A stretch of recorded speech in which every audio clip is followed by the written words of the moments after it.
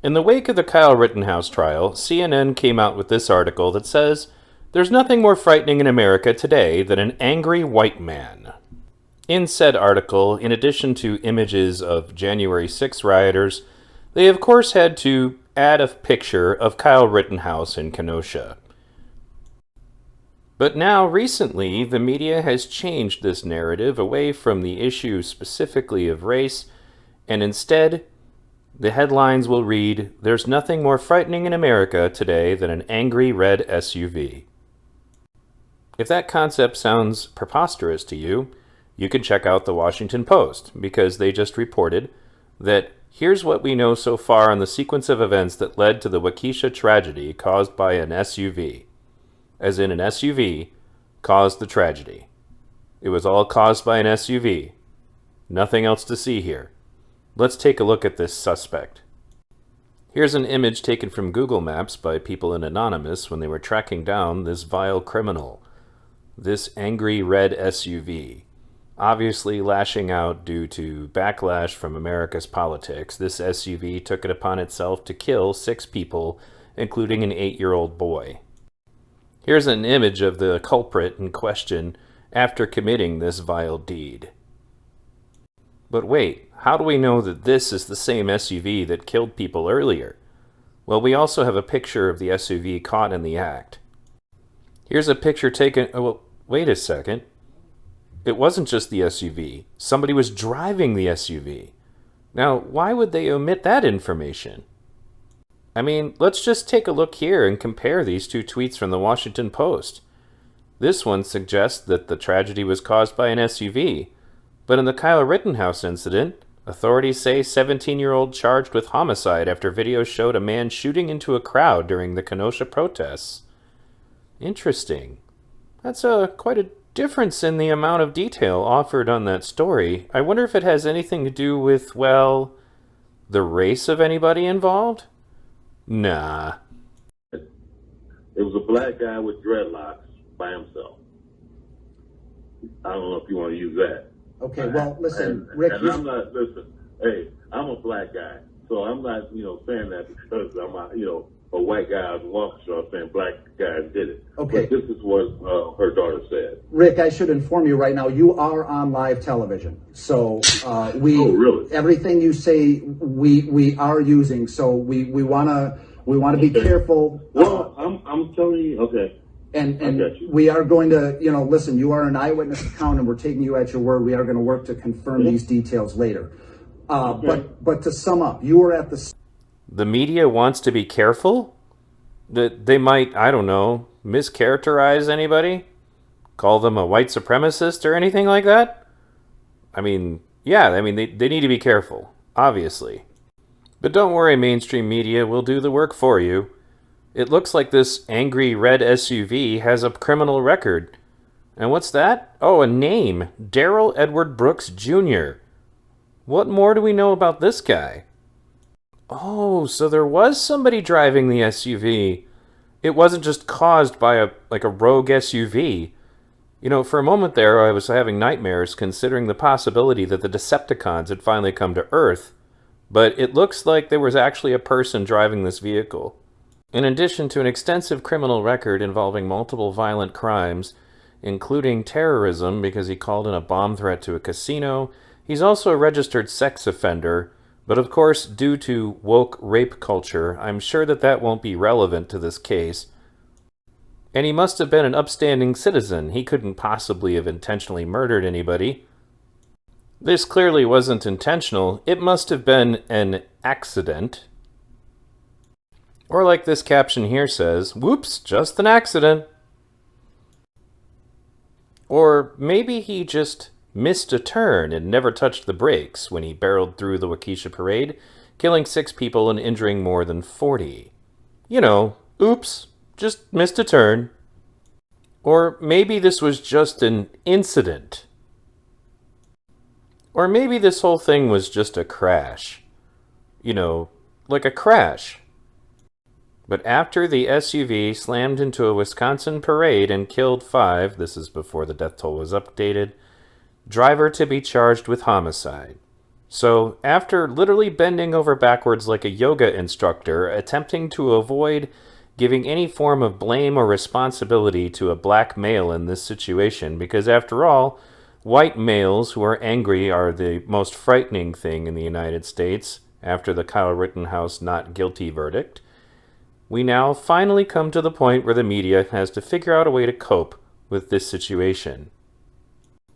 But before we speculate too much more on what this man's motives might have been, although I have some theories that you can see in this screenshot, we don't know for sure yet, but we do know what happened. Now, with a little help from Neo Unrealist, as he's allowed me to borrow a clip from his stream on this topic, we're going to take a close look at what took place.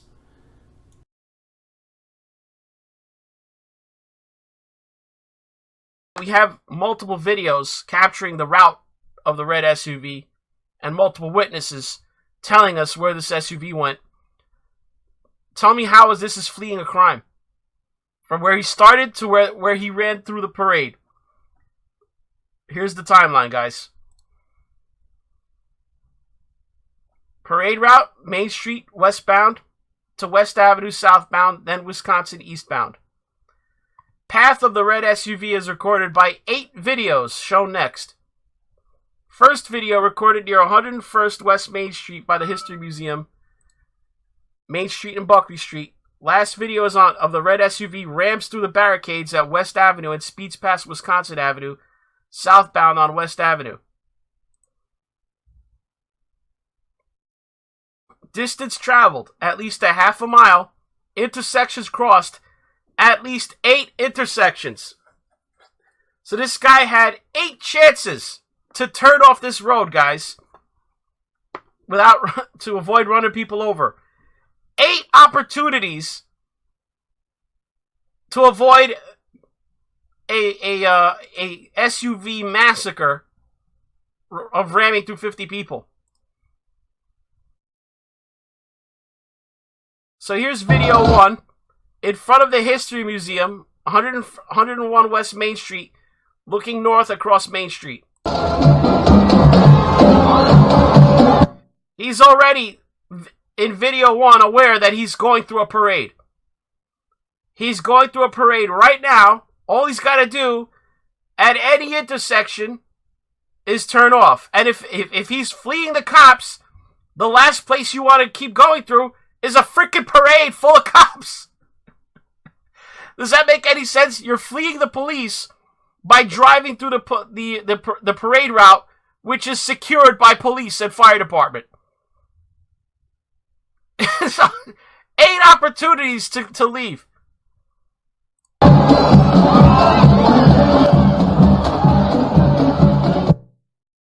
Video 2. On Main Street, opposite 139 West Main Street, near Martin Street. Records from North Sidewalk. This is one where he almost hits the girl in the pink.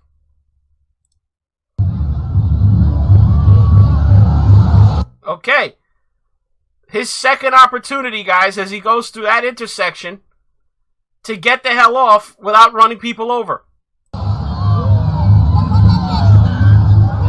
Obviously, cops are running now because, hey, there's this guy driving through the parade. Okay, so if his goal is to evade the police, this is probably the last thing you would choose to do. The parade route is full of cops. Video 3. Approximately 220 West Main Street level looking south.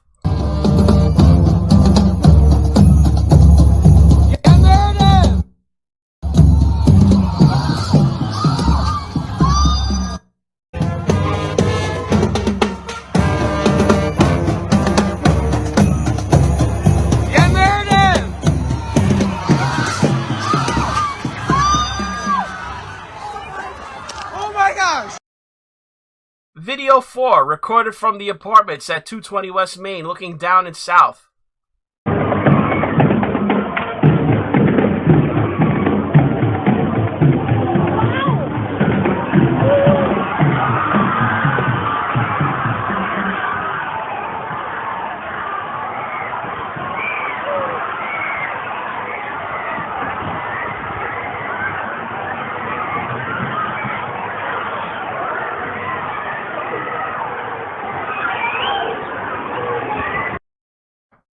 Video 6, near or in front of the Civic Theatre at 267 West Main Street.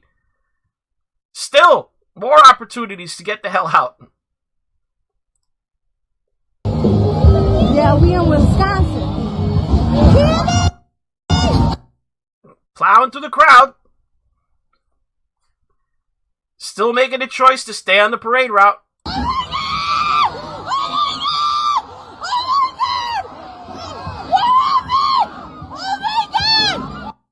Happy Sunday.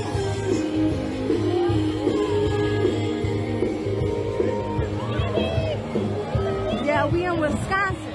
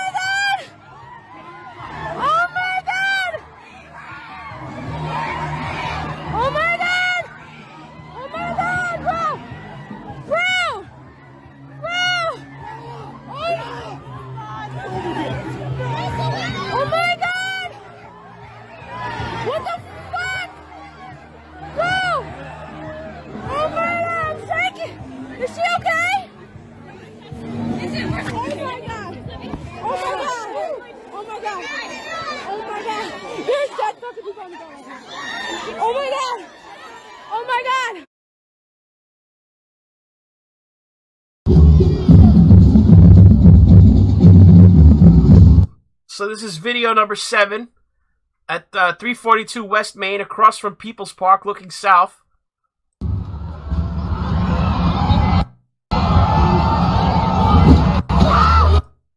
You can see the damage to his vehicle. He's hit several people. The front end of his vehicle is in horrible shape.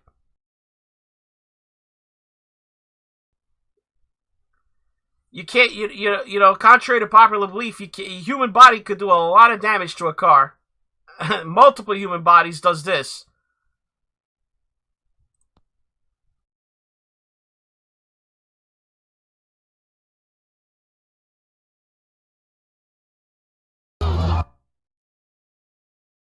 Video 8, Veterans Park, northwest corner of West Avenue in Wisconsin. Red SUV drives through barricades and police fire at least 3 handgun shots.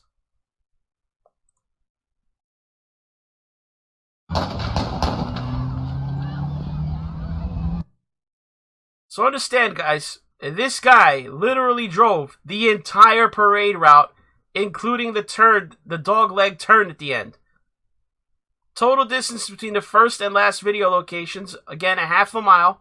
Intersections crossed while driving on Main Street, Buckley Street, Martin Street, Barstow Street, Gaspar Street, Broadway, Clinton Street, Maple Avenue, Wisconsin Avenue. This guy wanted to drive the whole route.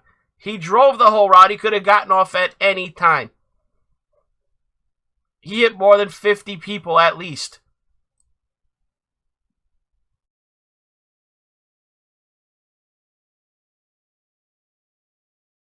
So remember that.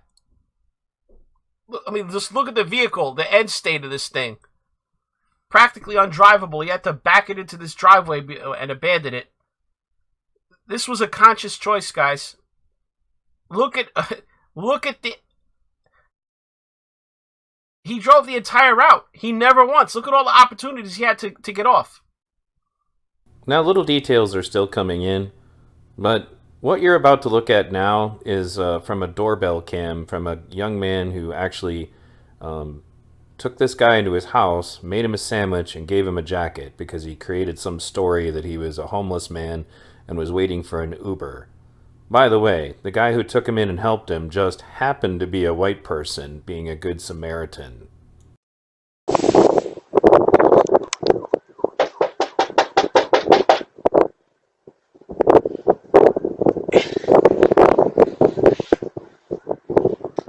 Hey, I called an Uber and I'm supposed to be waiting for it over here, but I don't know when it's coming. Can you call it for me, please? I'm homeless.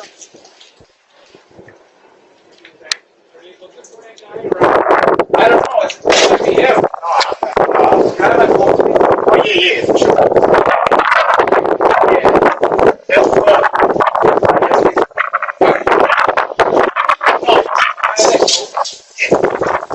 My ID. My ID.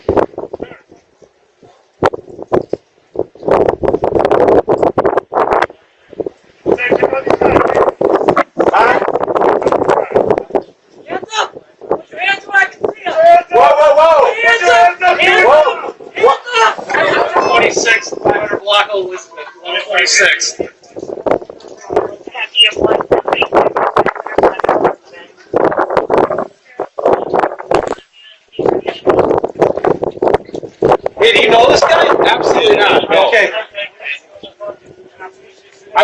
Now wait a minute here. You're telling me this guy just killed 6 people and ran over like 40, and he didn't just get executed by the cops?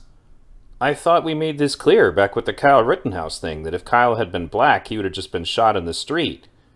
Interesting that he seemed to have made it to his court hearing without any problems. Man, right in the narrative. In this clip of him at his bail hearing, you can listen carefully for the sound of him crying and freaking out as he's being assigned his bail. We have focused our efforts to date on the immediate concern, and that involves the loss of life that is alleged to have occurred through the conduct of Mr. Brooks.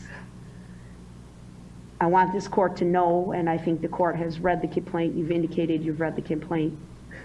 There are not words to describe the risk that this defendant presents to our community. Not only flight risk, but the dangerousness that he presents, his history of violence, and the allegations in this complaint where it is stated plainly that on several occasions he was told to stop by police officers.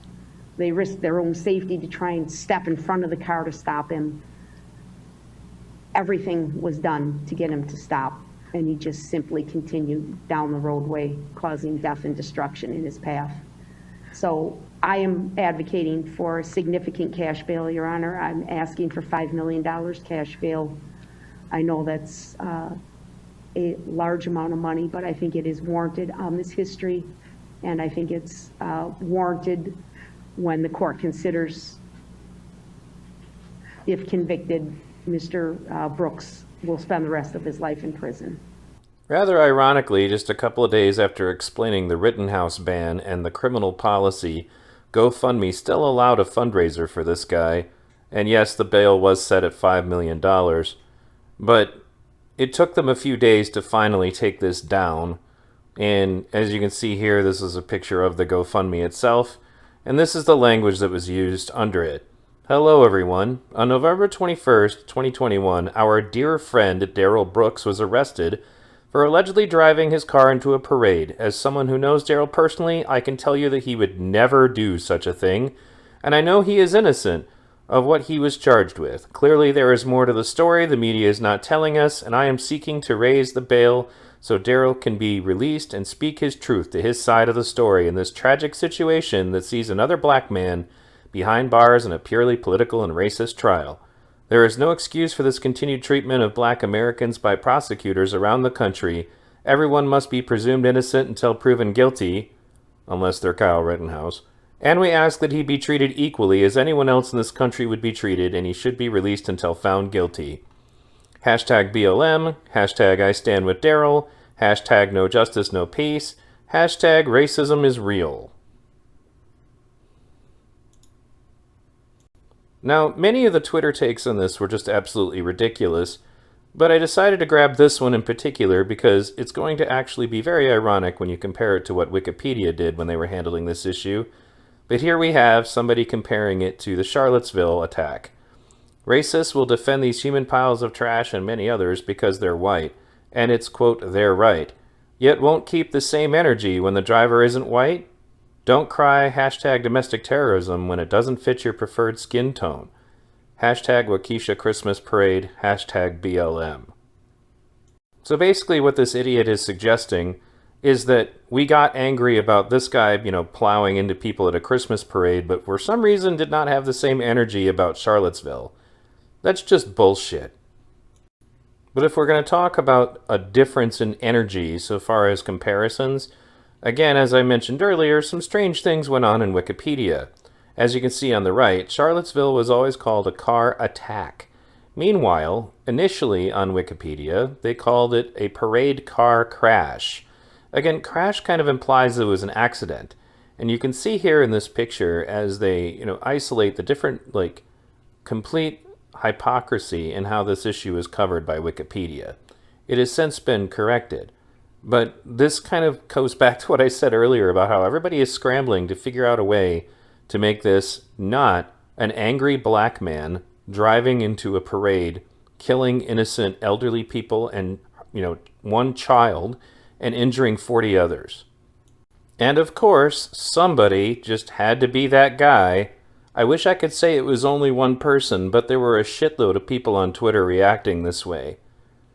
This person first says, "This is on the media. Feel guilty yet?" And then they say, "No, it's on the 12 jurors in Kenosha and the overzealous worship of the Second Amendment."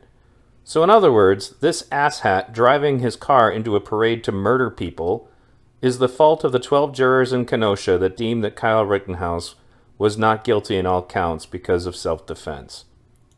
No surprise in Wisconsin, where they let vigilantes go free. He probably thought the parade was made up of protesters and his life was in danger, so self-defense? It's okay. The driver in Waukesha was afraid for his life and defending himself from the unarmed holiday crowd. That's Wisconsin law now. Oh, look.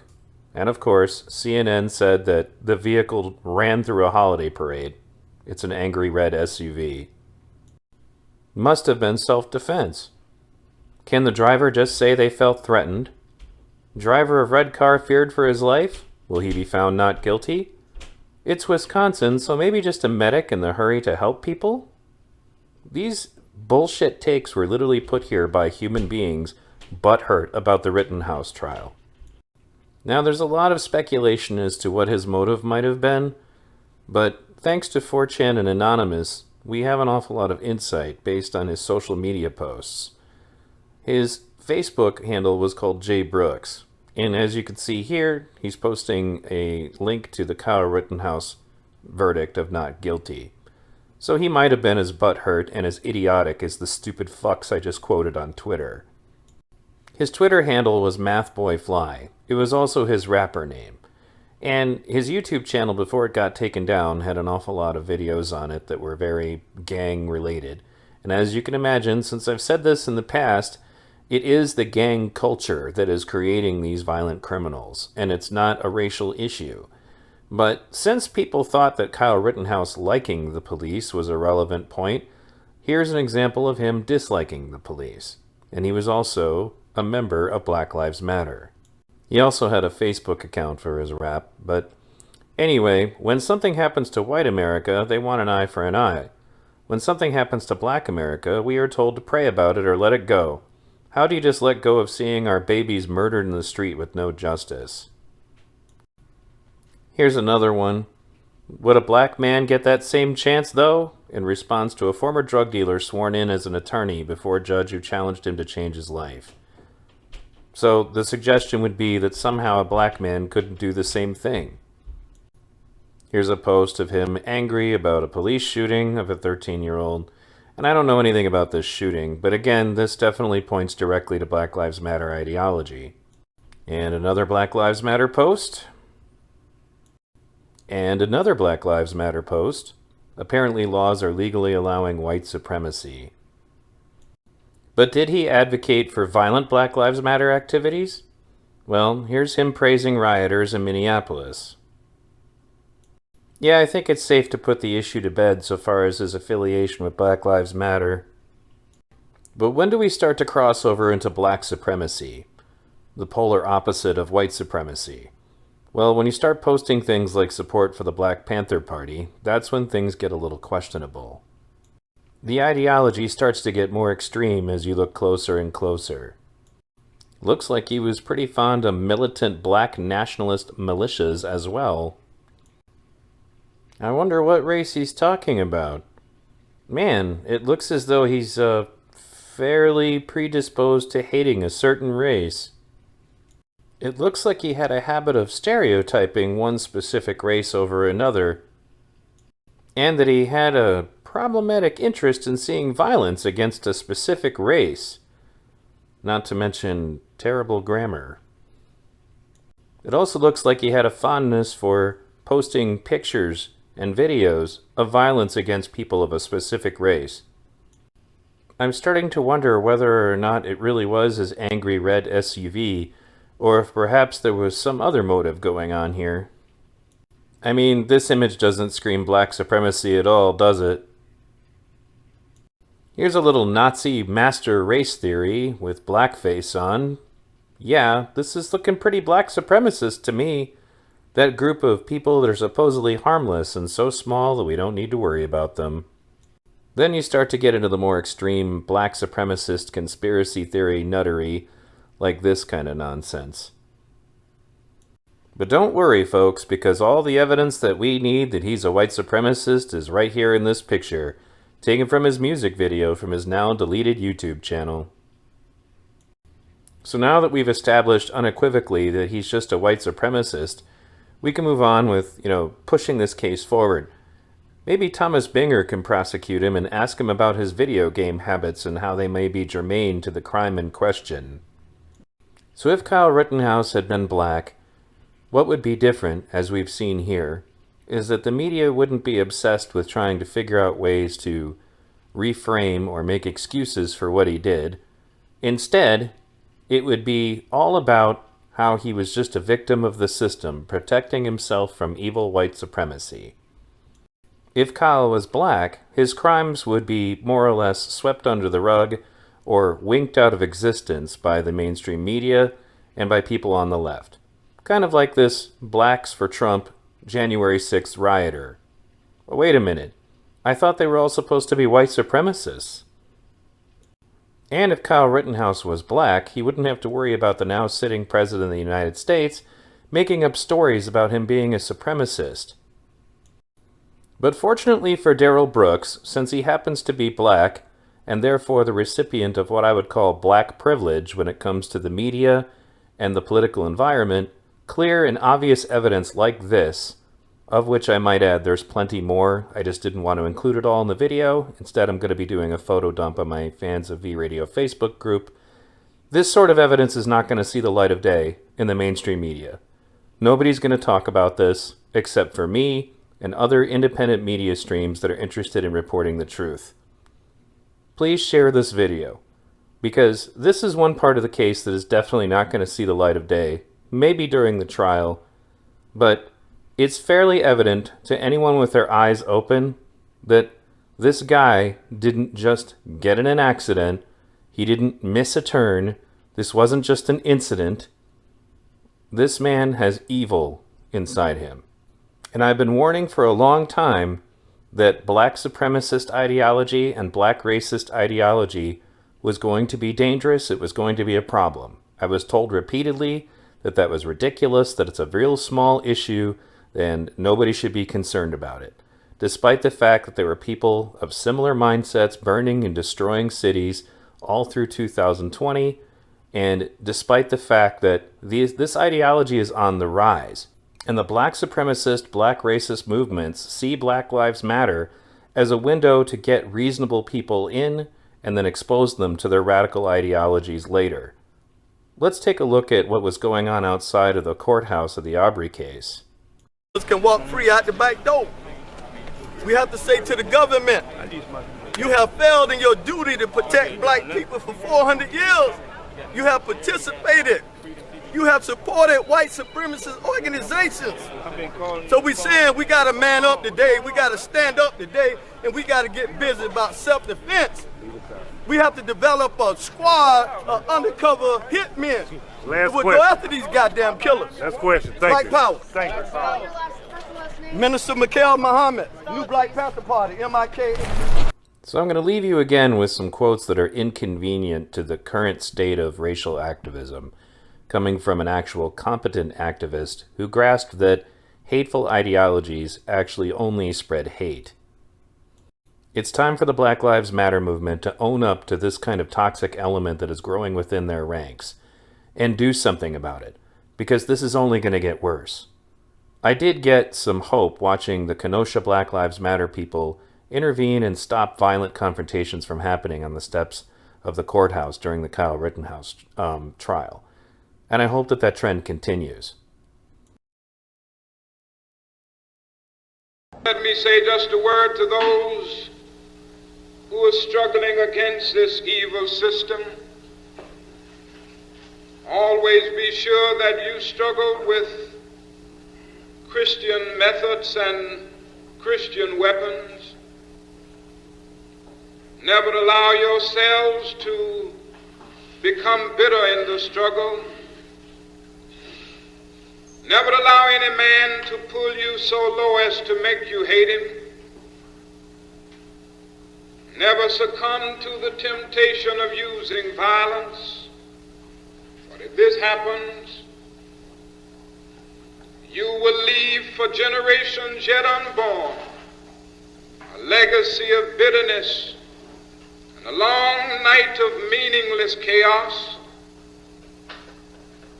And always be sure that as you struggle, your aim is not to defeat or to humiliate the white man, but to win his friendship and understanding. Make it clear to him at every point that you are not interested in rising from a position of disadvantage to one of advantage, thus subverting justice.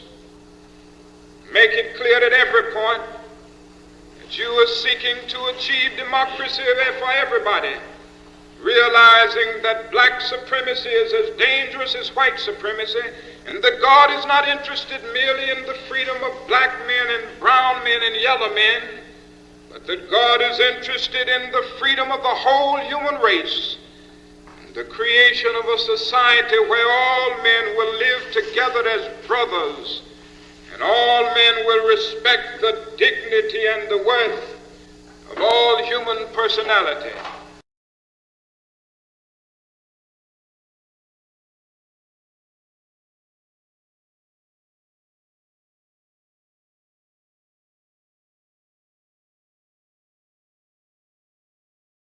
The marvelous new militancy which has engulfed the Negro community must not lead us to a distrust of all white people. For many of our white brothers, as evidenced by their presence here today, have come to realize that their destiny is tied up with our destiny. Well, folks, that's what I got for you today. Please check out my Rumble channel and my BitChute channel and make your way over there, in case I end up taking another week-long vacation. It's clear that YouTube is, it's just a matter of time before I'm out of here. So I'd like to bring you all with me, but that means you're going to have to follow me to my other social media platforms. And consider supporting me on Patreon, Subscribestar, and PayPal.